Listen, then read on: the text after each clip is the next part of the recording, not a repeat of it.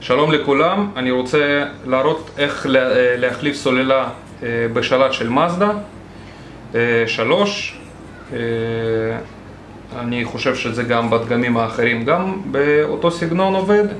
אז שימו לב, הופכים את השלט, פותחים את המפתח הרזרבי, מוציאים אותו החוצה,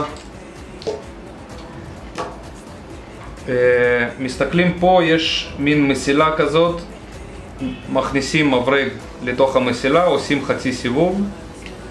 אותו דבר גם פה, נכנסים חצי סיבוב, פתחנו את זה כבר לחצי, עשינו חצי עבודה. דבר שני, לוקחים משהו קשיח, דק וקשיח, יכול להתאים גם כרטיס מגנטי, הולכים במסילה שחצי פתחנו כבר עד הסוף, וכיפוף קטן לקראת הסוף. שמעתם קליק, קליפס אחד נפתח, אותו דבר גם בצד השני, עד הסוף, וחצי השני נפתח. זה הכל בעצם, עשינו את כל העבודה. עכשיו פותחים את זה עם היד, מוציאים החוצה.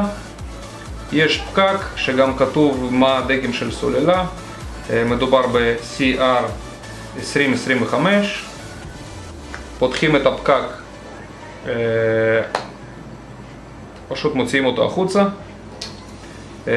מוציאים את הסוללה, מחליפים סוללה לסוללה חדשה, שמים את זה פנימה, אותו דבר, פקק חזרה,